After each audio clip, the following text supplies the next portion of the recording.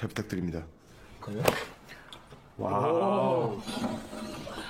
야, 이 씨발 이게 뭐 하는 짓거리지?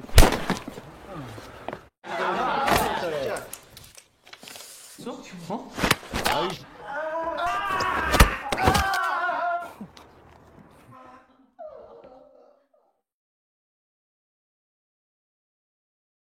Cerita dimulai dengan seorang pasukan khusus dari Korut, Korea Utara, yang saat ini baru saja menyelesaikan misinya di Korea Selatan. Sebelum kembali ke Korut, pria yang bernama Lee Young Ho ini mampir sebentar di kedai kaki lima untuk mengisi perutnya. Setelah kenyang, Lee pun berpamitan dengan si nenek untuk segera kembali ke Korut agar bisa menemui putra dan putrinya. Namun baru saja Lee pergi dari kedai tersebut, ternyata pasukan dari Korea Selatan sudah berhasil mengepungnya.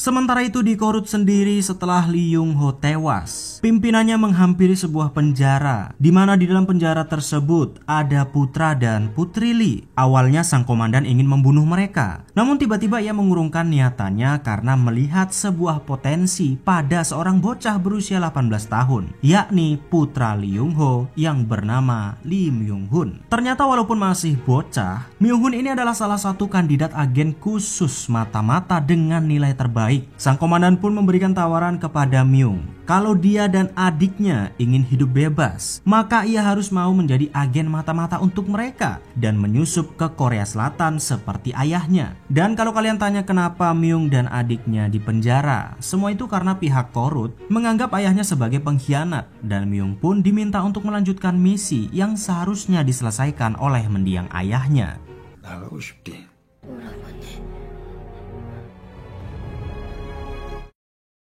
2 tahun kemudian di Seoul, Korea Selatan, terjadi insiden pembunuhan berantai yang dilakukan oleh seorang pembunuh profesional yang juga dari Korut, di mana para korbannya semua adalah anggota tim unit 8. Pasukan khusus atau mata-mata dari Korut, yakni tim yang sama seperti Lee Myung Hun. Pihak keamanan Korea Selatan pun mencoba mencari tahu apa yang sebenarnya terjadi, karena mereka hanya mengetahui kalau insiden pembunuhan ini adalah bentuk dari perebutan kekuasaan atas pemimpin Korut saat ini, yakni dari Kim Jong Il dan juga Kim Jong Un yang akan menjadi penguasa selanjutnya. 관첩 김선명, 박기철, 최명원 살된 피살자들이 전부 북한 발.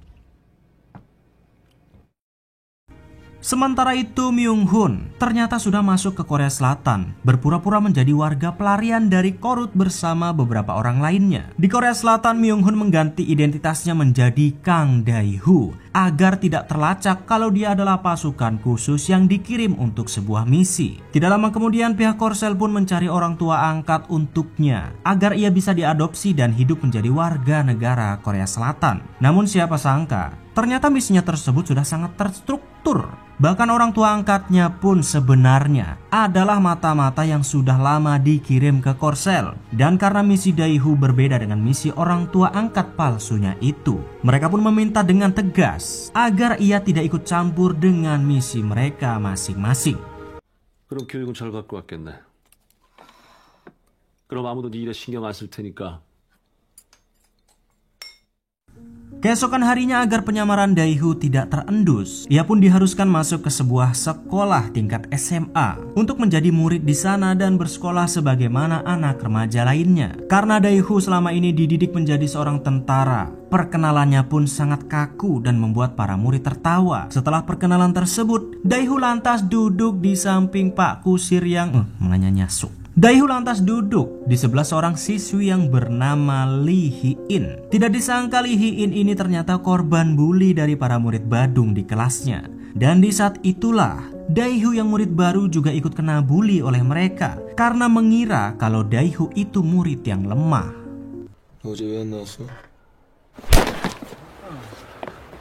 Setelah melayangkan satu pukulan ke wajah Daeho, mereka lagi-lagi mengira kalau Daeho diam saja karena lemah dan tidak berani membalas perbuatan mereka. Nyatanya Daeho sendiri sudah tidak sabar ingin membuat para murid Badung ini babak belur. Apalagi saat mereka berani menyentuh foto miliknya, yakni foto saat bersama ayah dan adiknya. Namun apa mau dikata, Daeho harus menahan emosinya dan membiarkan mereka menang agar penyamarannya tidak ketahuan. 조선족이야? 어? 이 새끼 눈깔이 힘준 거 봐라, 뒤지려고. 야 이놈의 새끼들.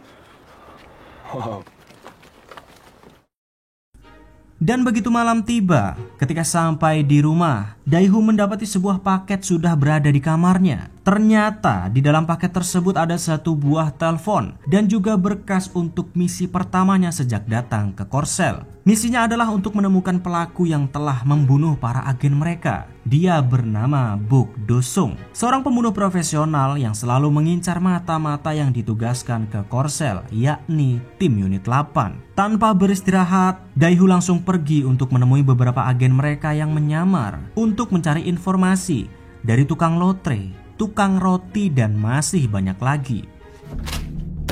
1,000원 넉넉하게 넣습니다. Setelah menemukan seseorang yang diduga mengenal Buk Do-sung, Daeho pun memaksanya untuk memberitahukan keberadaannya. Tembakan terpaksa dilepaskan karena sang informan tersebut tidak mau memberitahukannya. Pria itu hanya mengatakan ada seorang tukang daging yang tahu lokasi Buk Do-sung. Namun tidak lama kemudian,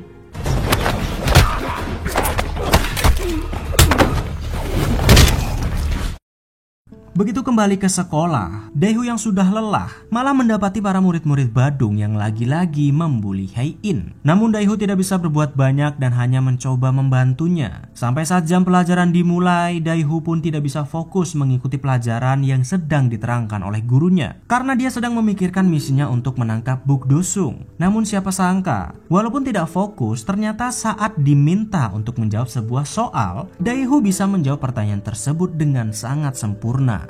있는 터너증후군 아이가 부인의 염색체인 잘했어. 자, 성염색체 피분리가 일어났다. Dan setelah pulang sekolah, Daeho pun kembali melaksanakan misinya untuk mencari keberadaan Buk Do-sung. Daeho berhasil menemukan si tukang daging dan mendapatkan informasi di mana keberadaan orang yang selalu mengincar mata-mata dari tim unit 8. Namun tidak lama kemudian setelah mendapatkan informasi tersebut, tiba-tiba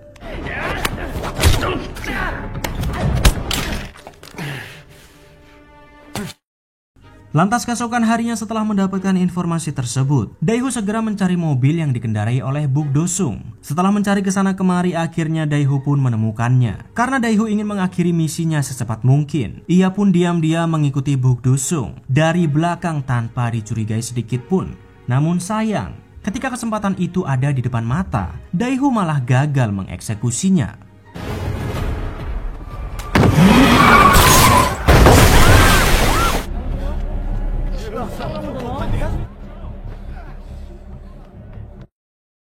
Setelah gagal mengeksekusi Buk Do-sung, Daeho jadi tidak tenang menjalani kesehariannya. Ditambah lagi pihak keamanan Korsel sudah mulai menyelidiki identitasnya. Dan ketika Daeho sedang meyakinkan dirinya untuk menyelesaikan misi tersebut bagaimanapun caranya agar bisa membawa adiknya bebas, tiba-tiba dari lorong ia mendengar para murid Badung yang lagi-lagi mencoba membuli Hae-in. Bahkan kali ini mereka sudah sangat di luar batas, merebut uang tabungan Hae-in dan juga melecehkannya. Tidak bisa tinggal diam dengan perbuatan para murid-murid Badung tersebut. Akhirnya Daeho pun beraksi dan membuat mereka babak belur.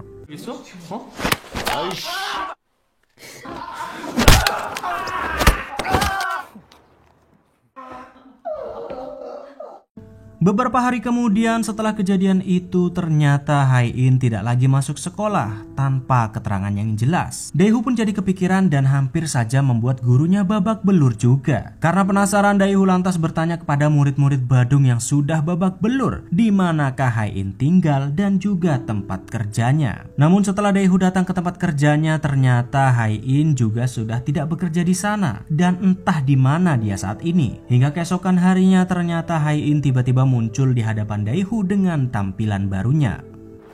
네 교복이야.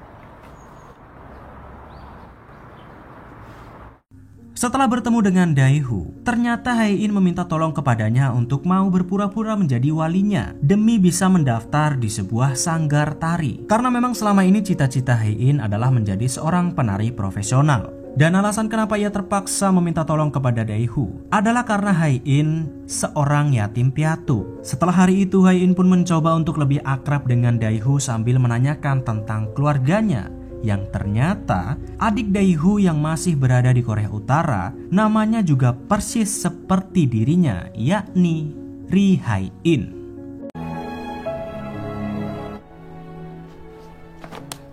유명한 무용단이 있다는 거야?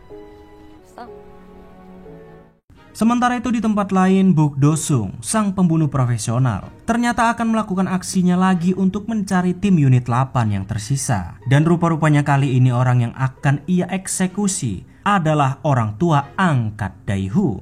Ya, mereka dianggap sebagai pengkhianat karena telah mengkorupsi uang serta menyembunyikan barang yang selama ini menjadi milik Korea Utara, yakni sebuah berlian. Oleh sebab itu, Buk Do-sung pun yang memang ternyata ditugaskan untuk mengeksekusi pengkhianat pun lantas membunuh kedua orang tua angkat Daihu.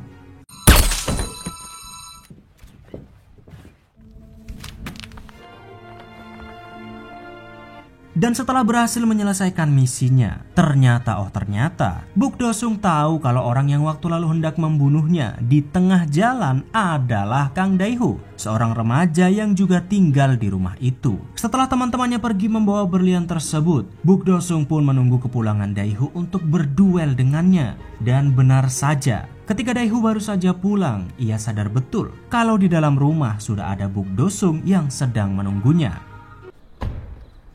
사람 녹다기엔 너무 어린 거 아니냐?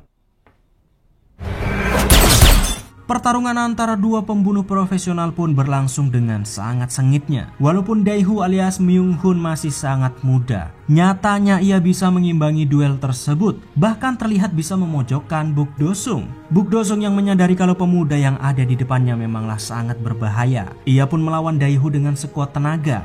Namun sayang, ternyata ia cukup terlambat dan pertarungan itu pun dimenangkan oleh Kang Daihu.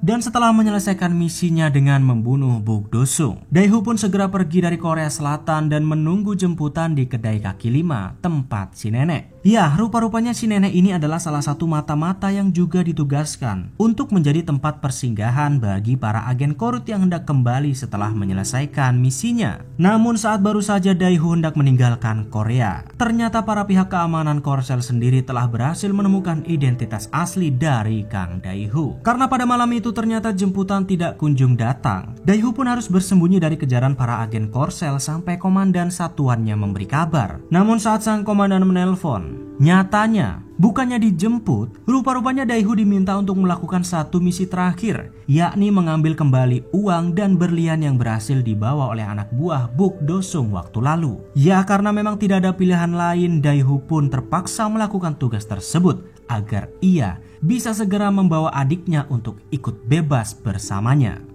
그간 이쪽 상황이 복잡하게 돌아갔어. 오라버니가 너무 보고 싶어.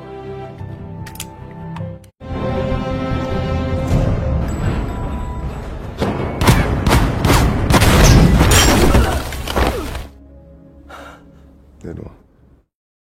Setelah mendapatkan berliannya, Daihu pergi membeli sebuah hadiah untuk diberikan kepada si nenek. Namun tujuan sebenarnya adalah Daihu ingin berpamitan kepada si nenek, sebab ia akan kembali ke Korut karena misinya sudah selesai. Sebelum berangkat tidak lupa juga Daihu pergi menemui Hai-in yang saat itu sedang berlatih. Kedatangannya ke sana sama seperti si nenek, sekedar untuk berpamitan. 나 어디 좀 가. Setelah berpamitan dengan orang-orang yang Daihu kenal, ia pun segera pergi ke sebuah dermaga untuk menemui seseorang yang bisa membawanya kembali ke Korut. Karena perjalanannya sangat berbahaya melintasi perbatasan Korsel dengan perjalanan kurang lebih 5 jam. Sang pemandu lantas menyiapkan berbagai senjata untuk jaga-jaga jika mereka ketahuan di tengah perjalanan. Dengan menaiki sebuah perahu yang sudah disiapkan, Daihu pun siap untuk kembali ke Korut. Namun ketika hendak berangkat, siapa sangka 자네는 집이 어디야?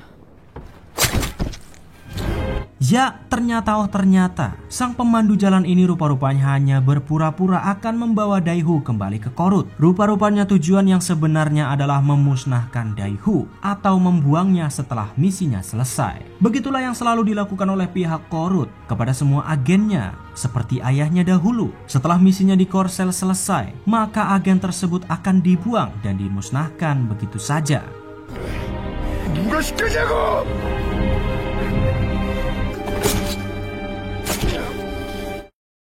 Sementara itu pihak keamanan Korsel sendiri yang sudah mengetahui kalau banyaknya mata-mata Korut yang sedang beroperasi di wilayah mereka. Pihak Korsel pun memutuskan untuk menangkap mereka satu persatu karena demi keamanan negara. Bahkan tidak pandang bulu saat Daihu ternyata berhasil selamat dari pemusnahan tersebut. Ketika kembali, si nenek yang merupakan agen mata-mata Korut pun juga turut diciduk oleh pihak keamanan Korsel.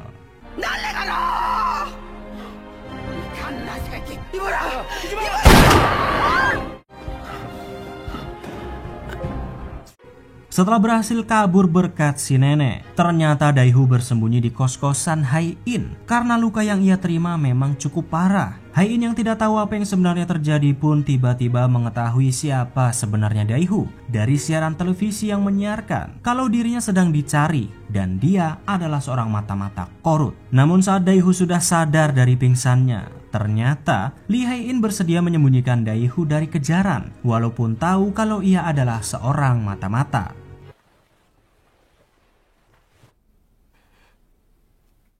Sementara itu di Korut sendiri karena Daihu gagal dimusnahkan dan berlian tersebut juga masih ada bersamanya. Sang komandan pun disiksa habis-habisan karena membiarkan Daihu selamat. Karena tidak ingin mokat, sang komandan lantas meminta kepada atasannya agar ia dikirim ke Korsel untuk mencari berlian mereka dan memusnahkan Daihu dengan tangannya sendiri. Dan akhirnya setelah Daihu gagal membawa kembali berlian tersebut ke Korut, konflik pun pecah dan Kim Jong-un berhasil mengambil alih kekuasaan dari Kim Jong-il. Ya, sebenarnya berlian yang dibawa oleh Daihu saat ini adalah biaya yang diperlukan untuk menggagalkan rencana perebutan kekuasaan tersebut. Namun karena berlian itu gagal kembali ke Korut, Kim Jong-un pun akhirnya berhasil mengambil alih kekuasaan dari tahun 2011 sampai tahun sekarang 2024. Beberapa hari kemudian, sang komandan ternyata sudah berada di Korea dengan membawa Hai-in, adik Daihu bersamanya. Ternyata sang komandan ingin menukar berlian tersebut dengan adiknya. Tentu saja Daihu tahu kalau semua itu hanyalah jebakan belaka. Karena mengetahui Daihu akan dalam bahaya setelah pagi-pagi sekali ia pergi untuk menjemput adiknya. Hai-in pun menghubungi pihak keamanan Korsel untuk membantunya. Karena Daihu sempat meninggalkan pesan tempat lokasi di mana ia akan menukar berlian tersebut dengan adiknya. 이동 중이다. 그리고 너. 네. 지금.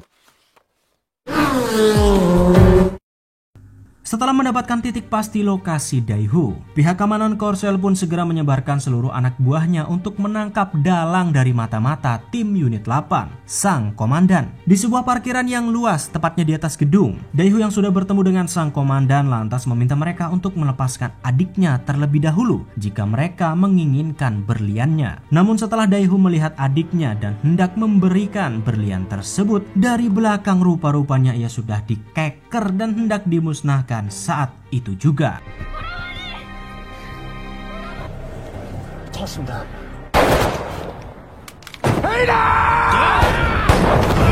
Ya, karena pihak keamanan Korsel sudah berada di sana, baku tembak pun tak bisa terhindarkan karena adiknya Hai-in berhasil ada di tangan kepolisian. Daihu pun harus memutuskan untuk kabur karena pihak keamanan Korsel sudah mengepung mereka. Namun sayangnya, ternyata sang komandan menggunakan cara licik menculik sahabatnya Lee Hai-in untuk kembali menukarkan dengan berlian yang masih ada di tangannya.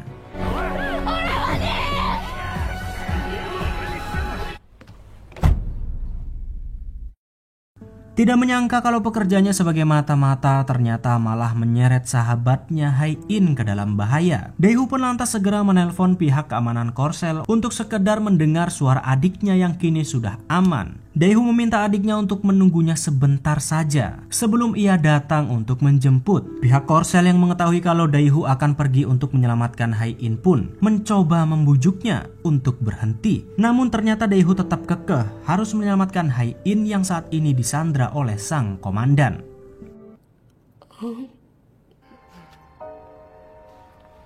Walaupun Dae-hoo tahu kalau ia mungkin tidak akan bisa selamat berhadapan langsung dengan sang komandan, Dae-hoo tetap pergi seorang diri untuk menjemput Hai-in dan menukarkannya dengan berlian yang ada padanya. Pihak kepolisian Korsel yang sudah tahu titik lokasi keberadaan Dae-hoo berkat meretas ponselnya pun segera menuju ke lokasi untuk membantunya. Sampai pada akhirnya, baku tembak pun tak terhindarkan karena Dae-hoo yang sudah tidak percaya lagi dengan sang komandan.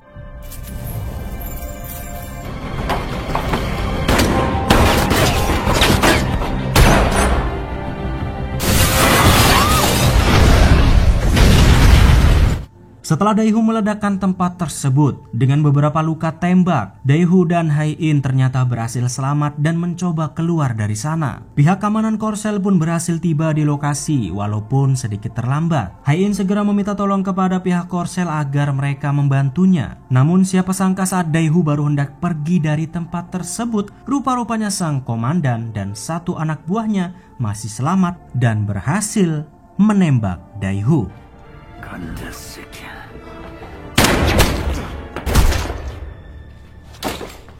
Ya, setelah perjuangannya datang ke Korsel untuk menyelesaikan misi demi membebaskan adiknya, siapa sangka Dae-hoo malah harus berjuang mati-matian terlibat dalam konflik yang sebenarnya tidak ada kaitannya dengan keluarganya. Mereka hanya dijebak dimanfaatkan oleh para penguasa biadab yang hanya mementingkan kepentingan kelompoknya sendiri. Yang pada akhirnya walaupun Dae-hoo alias Myung-hun berhasil menyelamatkan sang adik, pada kenyataannya dia harus segera menyusul mendiang ayahnya dan tewas tanpa bisa mengucapkan salam perpisahan kepada Hai-in dan juga adik yang sangat ia sayangi.